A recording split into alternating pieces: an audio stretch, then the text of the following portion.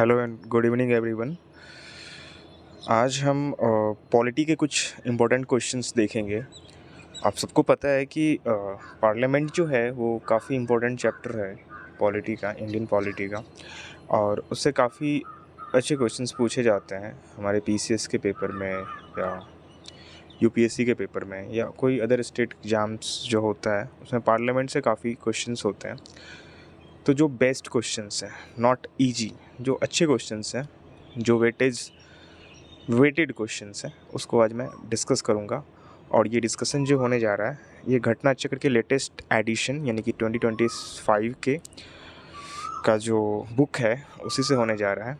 ठीक है, तो आज हम डिस्कस करते हैं पार्लियामेंट के कुछ इम्पोर्टेंट क्वेश्चंस को, कुछ एमसीक्यूज़ को। और आपको पता होगा कि घटना चक्र जो बुक होता है वो प्रीवियस ईयर का कंपाइलेशन होता है। जितने भी स्टेट पीसीएस होते हैं लाइक नॉर्थ इंडिया में, स्टेट पीसीएस का previous year questions plus union public service commission यानी कि यूपीएससी का सारे क्वेश्चंस का उसमें क्या होता है, कंपाइलेशन होता है, और वो भी चैप्टर वाइज होता है। ठीक है, तो हम आज पार्लियामेंट के कुछ क्वेश्चंस डिस्कस करते हैं और देखते हैं ये सेशन कैसा होता है और कितना व्यू आता है इस पर और कैसा होता है। ठीक है, तो स्टार्ट करते हैं।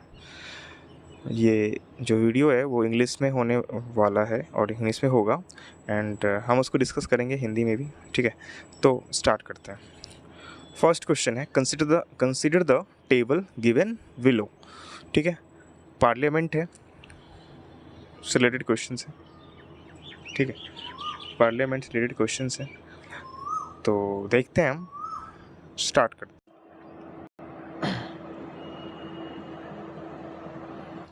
तो देखते हैं, फर्स्ट क्वेश्चन है हमारा, consider the table given below. ठीक है, तो ये जो टेबल है दिया गया है नीचे, और क्या है क्वेश्चन उसको हम देखते हैं। ठीक है, लिखा हुआ है पार्लियामेंट के तीन पार्ट्स होते हैं, है ना। पार्लियामेंट के कितने पार्ट्स होते हैं? 3 पार्ट्स होते हैं, 3 भाग होता है। आप सबको पता होगा जो हमारा पार्लियामेंट है उसके 3 पार्ट्स होते हैं, 3 भाग होते हैं। ठीक है, कौन कौन से होते हैं? तो प्रेसिडेंट, ठीक है, लोकसभा एंड राज्यसभा। लोकसभा को क्या बोलते हैं हम? तो लोकसभा को हम लोअर हाउस बोलते हैं। ठीक है, राज्यसभा को क्या बोलते हैं? अपर हाउस बोलते हैं। क्या बोलते हैं? अपर हाउस बोलते हैं। और प्रेसिडेंट तो पता ही है, यानी कि जो हमारे सांसद जो हमारा पार्लियामेंट है उसके 3 अंग है, प्रेसिडेंट, लोकसभा एंड राज्यसभा। ठीक है, क्लियर।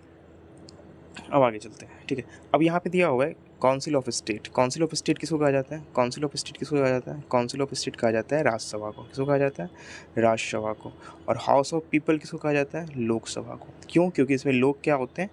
चुन के आते हैं। हाउस ऑफ पीपल यानी कि उसमें क्या होता है? लोग चुन के आते हैं। उसे नॉर्मल पीपल क्या होते हैं? चुनते हैं, तभी लोग क्या होते हैं? लोकसभा में जाते हैं, इसलिए इसे हम हाउस ऑफ पीपल बोलते हैं।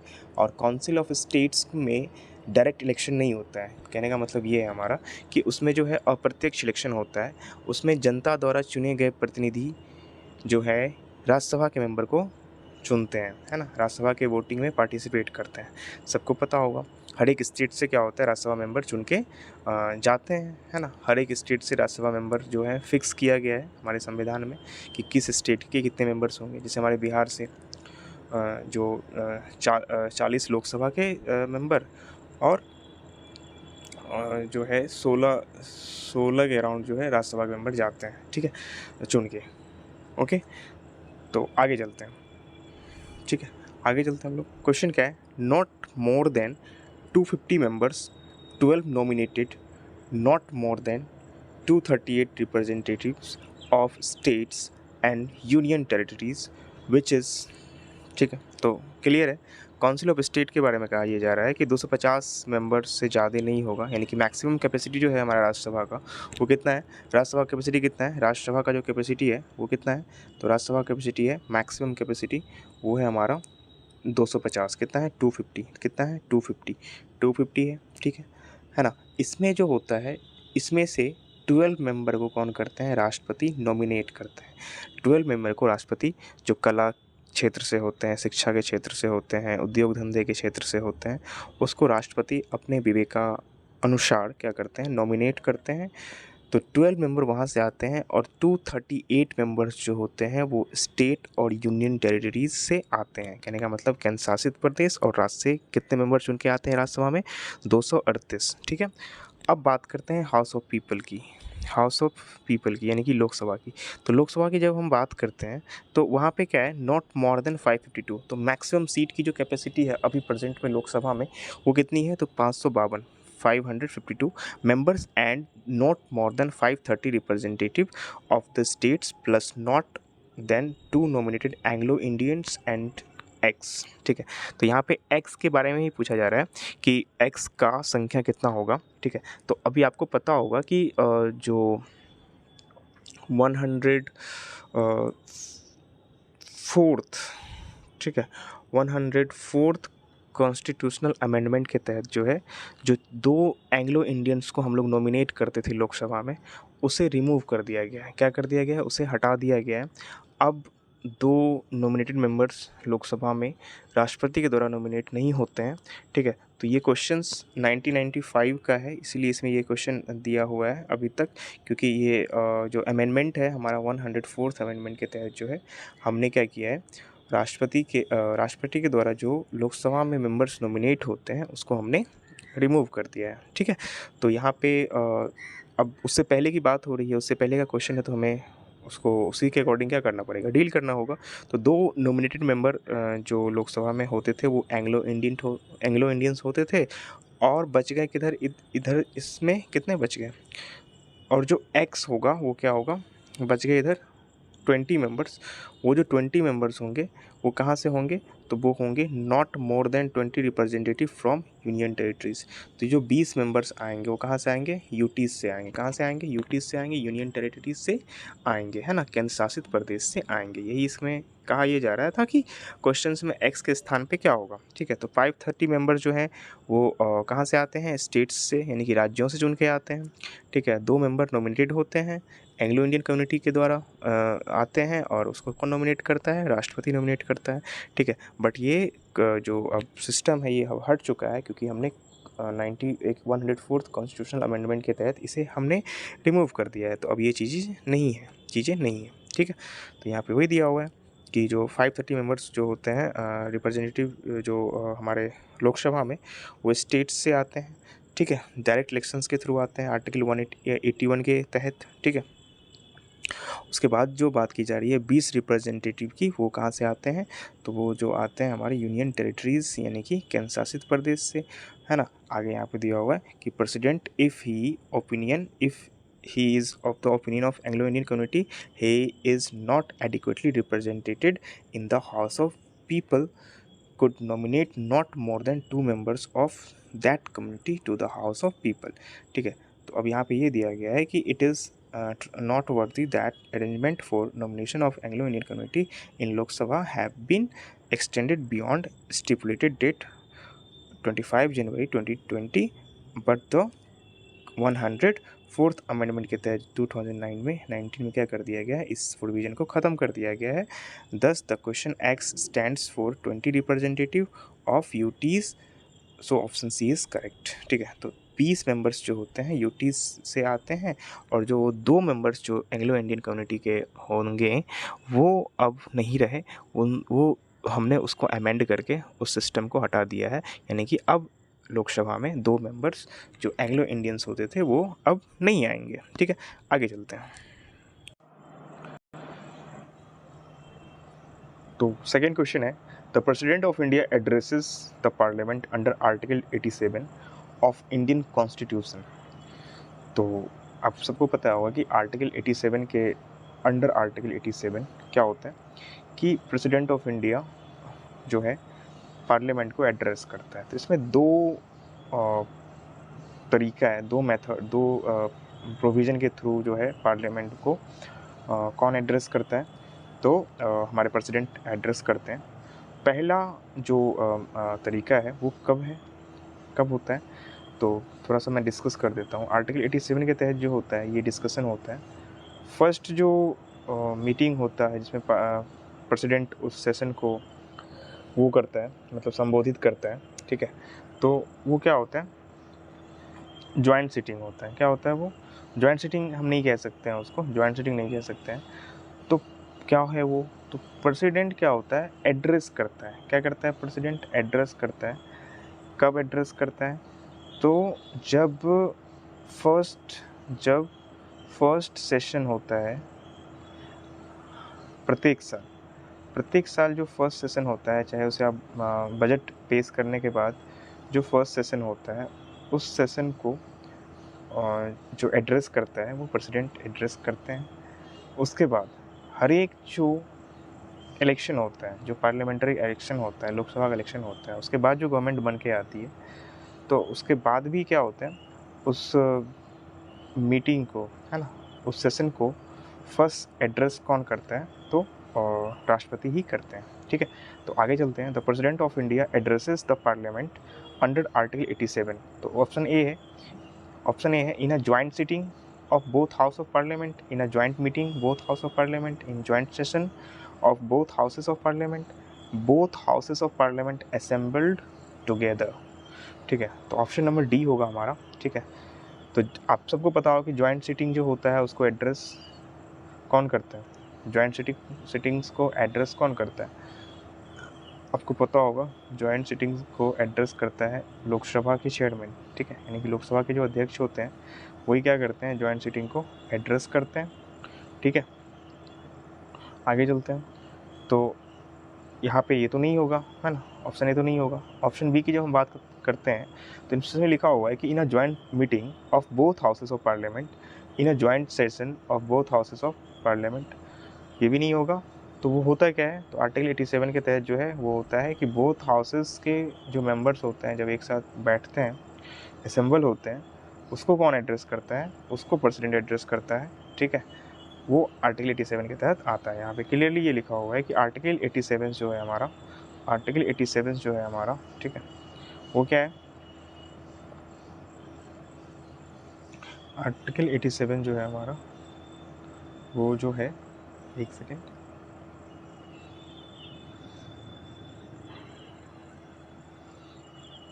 आर्टिकल 87 जो है हमारा वो डील करता है किस बात को? तो यहाँ पे हम लोग देखेंगे, है ना, ये जो डील करता है 87 deals with special address by president. It says at commencement of first session after each general election. तो प्रत्येक सेशंस के का प्रत्येक जनरल इलेक्शन जो होता है, जो आम चुनाव होता है, उसके बाद जो फर्स्ट एड्रेस होता है, फर्स्ट सेशन होता है, तो उसका जो स्टार्टिंग जो कमेंसमेंट होता है उसको कौन एड्रेस करता है? तो प्रेसिडेंट एड्रेस करता है to the house of People and the commencement of first session each year. और प्रत्येक साल जो सेशन स्टार्ट होता है, जैसे प्रत्येक साल विंटर सेशन स्टार्ट होता है, नहीं, मानसून सेशन जो स्टार्ट होता है, ठीक है, तो उसको भी एड्रेस कौन करता है? उसको भी एड्रेस कौन करता है? तो प्रेसिडेंट एड्रेस करता है। तो दो एड्रेस होता है प्रेसिडेंट का, एक जो आम चुनाव के बाद होता है, नई सरकार बन के आती है उसमें, और दूसरा कब होता है? दूसरा तब होता है जब किसी भी साल का जो फर्स्ट सेशन होता है, हर एक साल 3 सेशन होते हैं ना, मानसून सेशन, विंटर सेशन और बजट सेशन। तो जो फर्स्ट सेशन होता है, यानी कि हम बजट सेशन को कहते हैं फर्स्ट सेशन, तो उसको भी क्या करता है? प्रेसिडेंट एड्रेस करता है। तो दो तरीके से आर्टिकल 87 के तहत प्रेसिडेंट जो है पार्लियामेंट को संबोधित करते हैं। ठीक है, नेक्स्ट क्वेश्चन की ओर चलते हैं। With reference to the special address of president of India, which of the following statement is or are correct? तो देखते हैं statement. The president address the joint meeting of both houses of parliament at commencements of first session after each general election of the house of the people at the commencement of the first session of each year. बिल्कुल सही है। दो condition में क्या करते हैं president जो है, ऑनरेबल प्रेसिडेंट हमारे सेशन को, हमारे लोकसभा को या हमारे हाउस को क्या करते हैं? वो एड्रेस करते हैं बोथ हाउस को, यानी कि लोकसभा को भी और राज्यसभा को भी।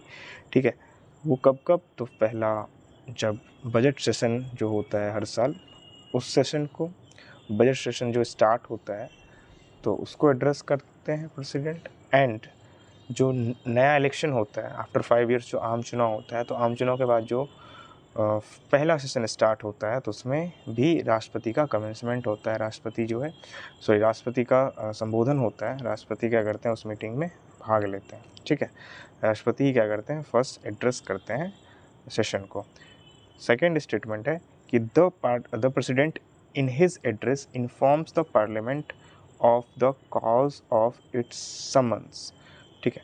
तो अब देखो, जो एड्रेस होता है तो उस एड्रेस में प्रेसिडेंट क्या बताते हैं, प्रेसिडेंट यहाँ पे ये कहा जा रहा है कि प्रेसिडेंट बताते हैं, क्या बताते हैं कि ये जो समन किया गया, ये जो बुलाया गया है ना, ये जो सेशन ऑर्गेनाइज किया गया है, उसके कारण क्या है या उससे संबंधित बातों को प्रेसिडेंट उसमें डिस्कस करते हैं, ठीक है।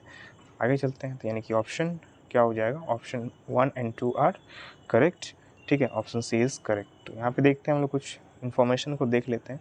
All executive power is vested in the president of India. The council of ministers headed by prime ministers aids and advises the president. तो सबको पता है कि प्रेसिडेंट को जो एड एंड एडवाइस मिलता है किसके द्वारा, प्राइम मिनिस्टर के द्वारा या काउंसिल ऑफ मिनिस्टर्स के द्वारा, उसी को प्रेसिडेंट क्या करता है, बताता है या उसी को बोलता है, ठीक है। Who exercise his powers in accordance with such advice.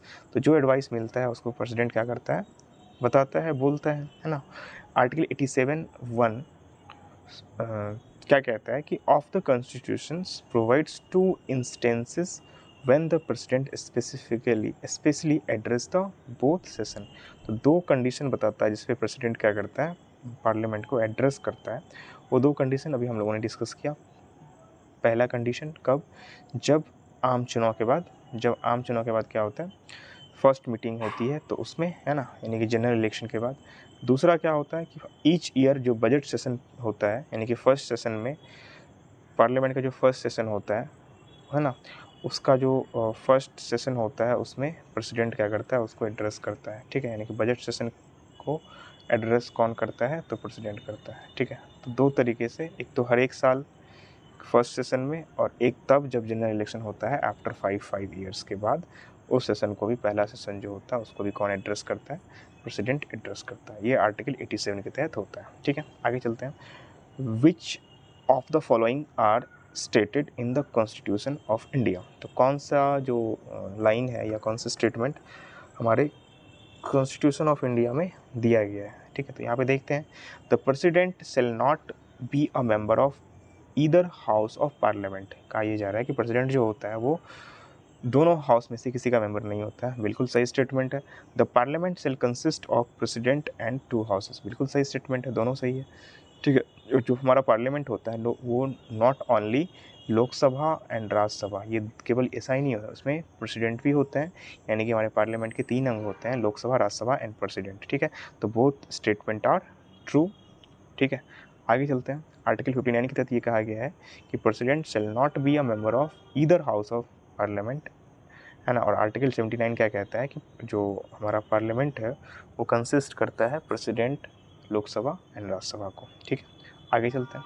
The president is not a part of parliament, is a part of parliament and it sits in the parliament, can vote in the parliament and none of the above, more than above, ठीक है। तो क्या parliament is not a part of parliament, wrong statement है। Is a part of parliament बिल्कुल सही है, अभी just हम लोगों ने देखा। Is a part of parliament and sits in the parliament बिल्कुल रॉन्ग है, ठीक है। कैन वोट इन पार्लियामेंट बिल्कुल नहीं, वोट कौन कर सकता है, वोट वही कर सकता है पार्लियामेंट में जो उसका मेंबर होगा, ठीक है। आगे ई है none of the above and more than 1, तो ये तो होगा ही नहीं, यानी कि बी ऑप्शन हमारा क्या हो जाएगा, सही हो जाएगा। बी ऑप्शन क्या हो जाएगा हमारा, सही हो जाएगा, ठीक है। क्वेश्चन नंबर 6 पे चलते हैं। The parliament is formed by which of the following.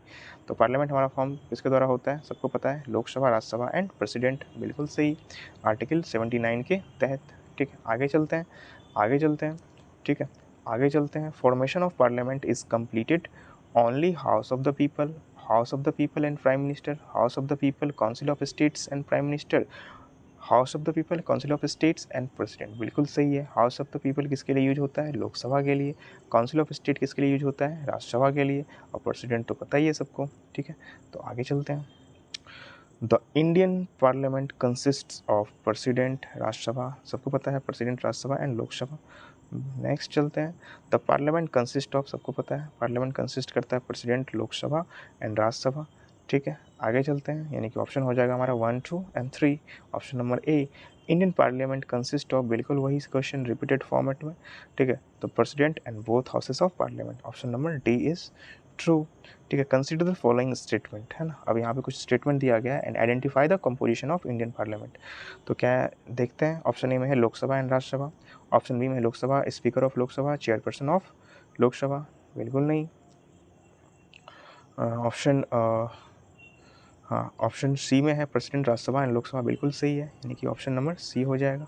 ठीक है, आगे चलते हैं। Which of the following constitute the Indian parliament. तो वही बात, वही क्वेश्चन मल्टीपल टाइम्स रिपीटेड है, तो अब हम उसको डिस्कस नहीं करेंगे जो क्वेश्चंस मल्टीपल टाइम्स होंगे। आगे चलते हैं 14 में क्या बात किया जा रहा है कि which of the following is not an integral part of parliament. तो वाइस प्रेसिडेंट नहीं है, सबको पता है ना।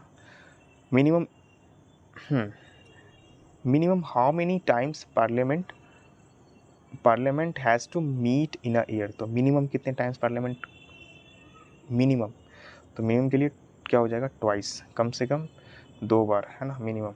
सबको पता है कि 6 मंथ से ज़्यादा का गैप नहीं होना चाहिए, तो 6 मंथ से ज़्यादा का गैप नहीं होना चाहिए, कहने का मतलब मिनिमम 2 बार क्या होगा, जो है मीटिंग होगा ही होगा। ठीक है, 6 मंथ से ज़्यादा का गैप नहीं होना चाहिए, आर्टिकल 85 के तहत ऐसा कहा जाता है।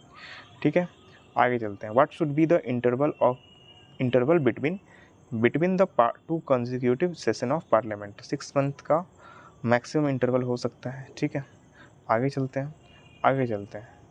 ठीक है, officers of parliament include speaker of Lok Sabha, बिल्कुल सही है। डिप्टी स्पीकर ऑफ लोकसभा, बिल्कुल सही है। सेक्रेटरी जनरल ऑफ लोकसभा, क्या ये होगा। चेयरमैन ऑफ राज्यसभा, क्या ये होगा।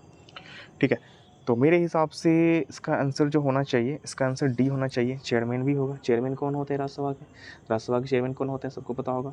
राज्यसभा के चेयरमैन कौन होते हैं, बताओ, राज्यसभा के चेयरमैन कौन होते हैं, वीसी होते हैं, सॉरी वीपी होते हैं, यानी कि वाइस प्रेसिडेंट ऑफ इंडिया जो होता है वो कौन होता है, राज्यसभा का चेयरमैन होता है। तो ये सब के सब क्या है, पार्लियामेंट के ऑफिसर्स हैं, सबके सब क्या है, पार्लियामेंट के ऑफिसर्स हैं, यानी कि ऑप्शन डी हो जाएगा हमारा ट्रू। ठीक है, आगे चलते हैं। The membership of parliament The membership of Parliament Legislative Assembly membership may be terminated if he remains absent without informing the respective house for term of। सबको पता है कि अगर 6 मंथ तक, यानी कि 2 महीने तक अगर कोई मेंबर ऑफ पार्लियामेंट, चाहे वो राज्यसभा का हो या लोकसभा का हो, अगर वो एब्सेंट होता है तो उसकी मेंबरशिप क्या हो जाते हैं, उसकी मेंबरशिप का डिजोल्यूशन हो जाता है, मतलब उसका मेंबरशिप खत्म हो जाता है। ठीक है, आगे चलते हैं। आगे क्या है, आगे ये है कि a seat of MP can be declared vacant if he absent more than 6 years। सही है, सबको पता है more than 6 years होगा। ठीक है, आर्टिकल 101 के तहत ऐसा माना जाता है। ठीक है, after how many days absence of parliament without permission can MP B disqualified. MP disqualify हो सकता है, उसकी जो पात्रता खत्म हो सकती है, उसकी सदस्यता खत्म हो सकती है, वो मोर देन 60 डेज़ का होगा। ठीक है, मोर देन 60 डेज़ का होगा। आगे चलते हैं। For first time MP MLA was disqualified from the membership on ground of remaining absent from 60 consecutive meetings of the House without permission। He was member of Council of State, House of People, Punjab legislative assembly, Rajya Sabha legislative council. तो first time किसको absent के basis पे जो है, first time उसको जो है उसके मेंबरशिप को ख़त्म कर दिया गया था। तो इसका आंसर होगा ऑप्शन नंबर सी, नहीं सॉरी, काउंसिल ऑफ स्टेट, यानी कि राज्यसभा के मेंबर को के साथ ऐसा हुआ था। ठीक है, कि वो जो है फर्स्ट टाइम 60 डेज़ तक जो है एब्सेंट रहे थे, तो उन्हें जो है डिस्क्वालीफाई कर दिया गया था, है ना। From the council of state of Punjab, from Punjab in year of 2000। The person was independent member of parliament named Barjinder Singh हमदर्द।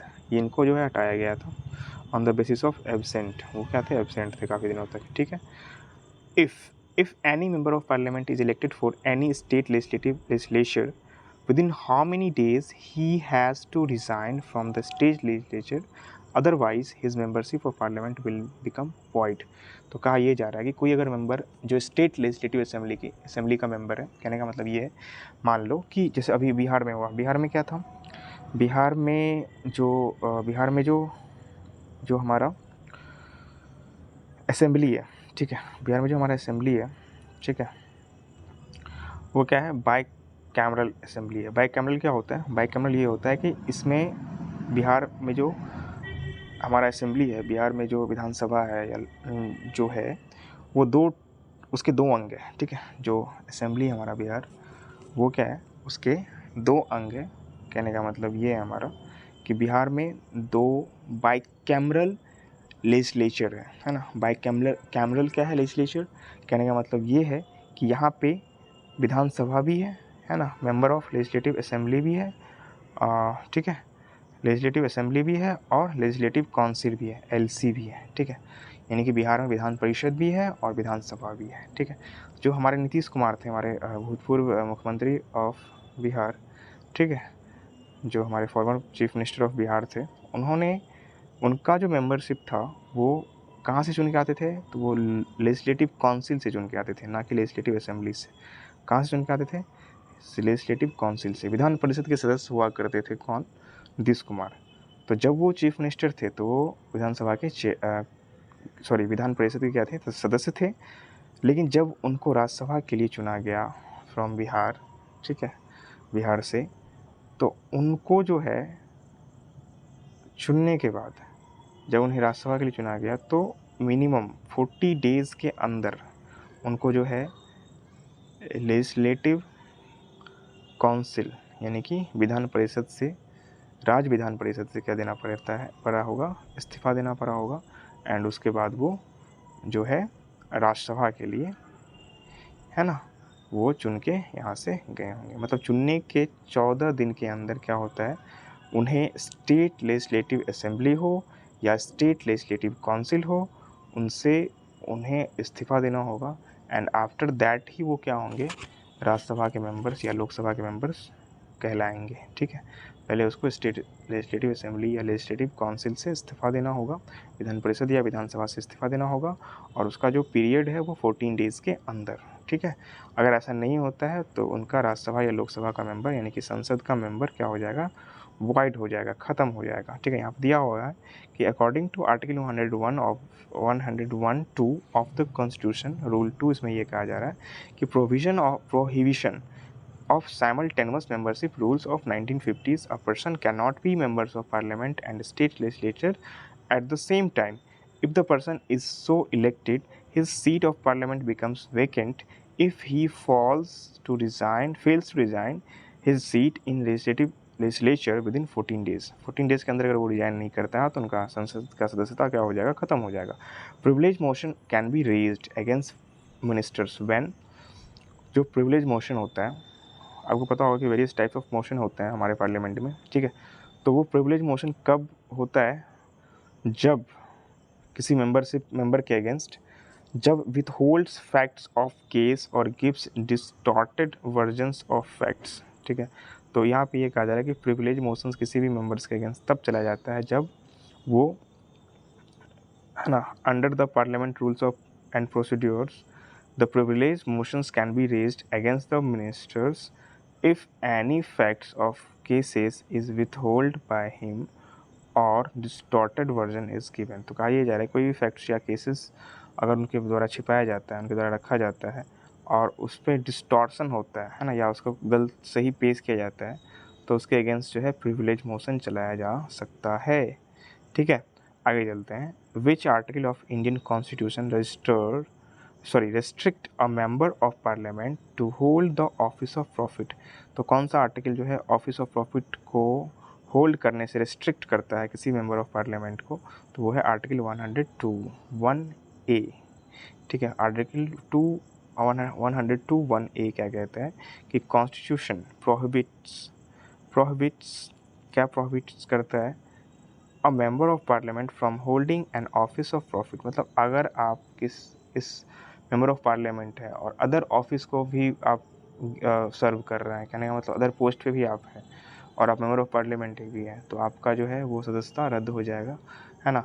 तो आपको उस अदर पोस्ट को छोड़ना पड़ेगा अगर आप सांसद रहना चाहते हैं, ठीक है। तो according to article, a person will disqualified from being elected as a member of any house of parliament and from being a member if he holds an office under the government of India or the government of any state except the office declared by law by parliament not to disqualify its holder if he holds an office of profit। कोई भी office of profit अगर आप join करते हैं under government of India या government of state government के अंदर तो आपको जो है डिस्क्वालीफाई कर दिया जाएगा, ठीक है।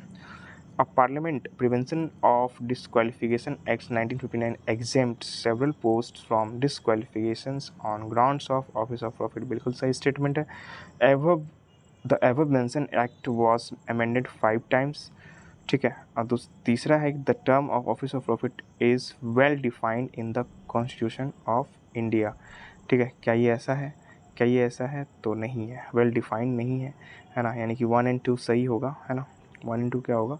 सही होगा। 3 इज़ रॉन्ग, वेल डिफाइंड नहीं है, वेल डिफाइंड नहीं है, ठीक है। ये वेल डिफाइंड नहीं है ना। आगे चलते हैं। Who will decide office of profit? कौन डिसाइड करेगा ऑफिस ऑफ प्रॉफिट? तो ये प्रेसिडेंट और गवर्नर, ठीक है। कौन डिसाइड करेगा? प्रेसिडेंट और गवर्नर, यानी कि स्टेट में प्रेसिडेंट, सॉरी स्टेट में गवर्नर और यूनियन में प्रेसिडेंट और यूनियन पार्लियामेंट, तो दोनों का कंबाइन होता है यूनियन पार्लियामेंट भी एंड स्टेट में गवर्नर और वहाँ पे प्रेसिडेंट भी क्या होता है, डिसीजन लेते हैं क्या ये ऑफिस ऑफ प्रॉफिट सही में है या नहीं है। तो office of profit decided by the union parliament for the union article 102(1)(a and by the state legislature for the states under article 191(1)(a, ठीक है। और फाइनल डिसीजन स्टेट में भी कौन लेते हैं? गवर्नर साहब, और यहाँ पे सेंटर में कौन लेता है? तो प्रेसिडेंट लेते हैं। कौन लेते हैं? प्रेसिडेंट लेते हैं, ठीक है। आगे चलते हैं। Which of the one of the following provision deals with the privilege and immunities of the members of parliament under the constitution of India, ठीक है। तो इम्यूनिटीज़ किस बेसिस पे मिलता है, ठीक है, किस बेसिस पे मिलता है?